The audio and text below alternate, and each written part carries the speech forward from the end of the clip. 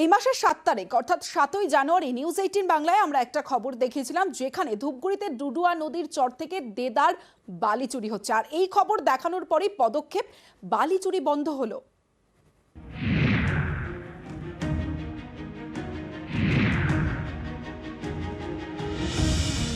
জলপাইগুড়ির ধূপগুড়ি গাদং 1 নম্বর গ্রাম পঞ্চায়েত।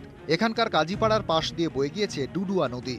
এই নদী থেকেই দিনে দুপুরে বালি চুরি, একটার পর একটা ট্রাক্টরে বালি তুলে পাচার হয়ে যাচ্ছে। এর জেরে ভাঙছে নদী পাড়, আতঙ্কে ডুডুয়া পাড়ের বাসিন্দারা। সম্প্রতি এই খবর দেখায় নিউজ 18 বাংলা, তারপরেই তৎপরতা।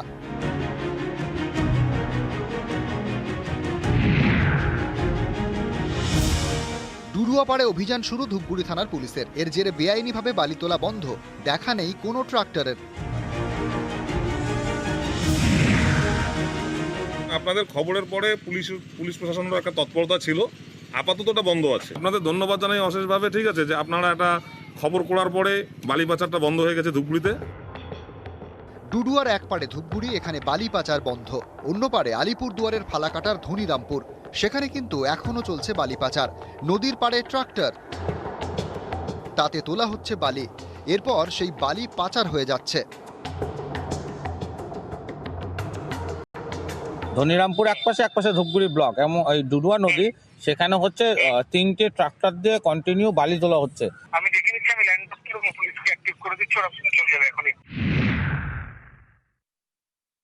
হিস্সা শুধু তৃণমূল কংগ্রেস পাচ্ছে তাই নয়, পুলিশ, বিএলআরও যেভাবে তারা এই কাজটাকে মদত দিচ্ছে তা সত্যি অত্যন্ত দুর্ভাগ্যজনক। বাকি জায়গায় যেভাবে চুরি করেছে সেই চুরির জায়গা কমে যাওয়াতে ওরা আজকে প্রাকৃতিক সম্পদ এভাবে নষ্ট করছে এবং অবৈজ্ঞানিকভাবে তুলছে। শাসক দল এ ধরনের কার্যকলাপকে কোনো সময় মদত দেয় না, আগামীতেও দেবে না।